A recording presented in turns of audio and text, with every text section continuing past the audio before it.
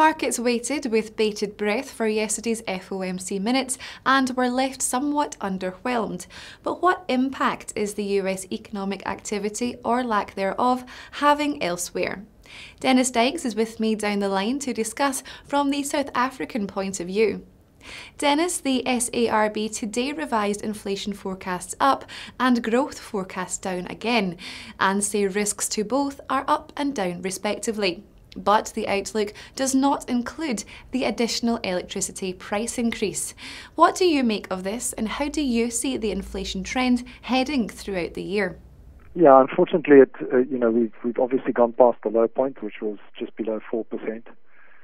We think that probably by the time we get to the end of the year, we'll either have gone through 6%, which is the upper target range, or be very close to it.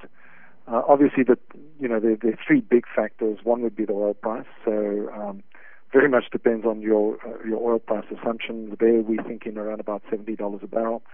The next big assumption would be what you think is going to happen to the currency.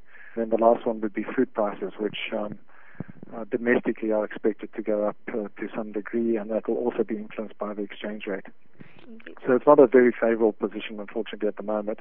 But fortunately, it's expected to be fairly short-lived, that by the time we get to the middle of next year, it should actually be back below the 6%. Retail sales fell more than expected last month. The data mirrors that from the US of late, as consumers don't seem to be shopping. Is this part of a global trend, or because of more localised factors in this instance?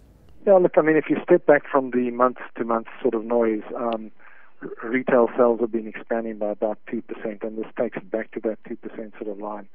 The big factor there is that we're not seeing employment growth, which I guess is also part of a global type of picture, and consequently disposable income is not really growing very quickly at all, roughly in the same sort of range, somewhere between 1.5%-2.5%. So the catalyst that one would hope that would start to come through, but obviously South African economy is very constrained at the moment, would be that you'd start to see better economic growth feeding through to higher employment. But I think we're still a year or two away from that. South Africa's rand was a touch softer on Thursday, while government bonds were flat in cautious trading ahead of the SARB decision, who left rates unchanged but said they cannot be maintained indefinitely. Given what you've already outlined, was no action the best course of action at present? Well, at the moment, I think no action is the best course of action, because if you look internationally, apart from those economies where things have spiraled a little bit out of control, most people are actually reducing interest rates or keeping interest rates flat. I think where the government's hand, or rather the Reserve Bank's hand, will be forced is once we start to see US interest rates trending higher, or once people anticipate that they'll go up.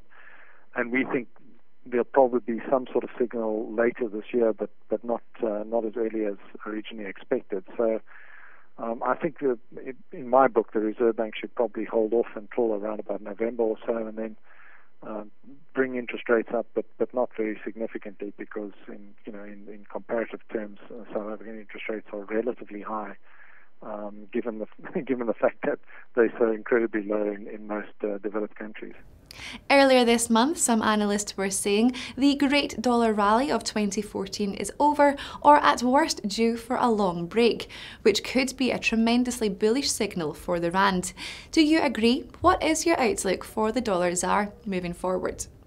I don't think that the dollar rally is over. I think that we're going through a little bit of a hiatus while people absorb the fact that the Fed's not going to be raising interest rates as quickly or as much as had originally been anticipated. But fundamentally, over the next couple of years, I think U.S. monetary policy is going to be tighter than in the rest of the developed world, and consequently, the dollar is likely to continue trending stronger. So consequently, I think we will see some pressure on emerging market currencies. And in particular on commodity currencies, because I think commodity currencies, of which the rand is one of those, commodities will remain under some pressure given the weak global outlook over the next couple of years. That's not to say that we expect to have major breakdowns or anything like that, but I think the trend will be will be weaker and probably pretty volatile because it's going to be influenced by perceptions around things like monetary policy moves, both locally as well as internationally. Dennis, great to speak with you. Thank you. Well, viewers, that's all from me from the time being, but also today we have Commodities Corner, Press Review and an economic update on Brazil with Louise Macaulay. So do click back for that. Goodbye for now.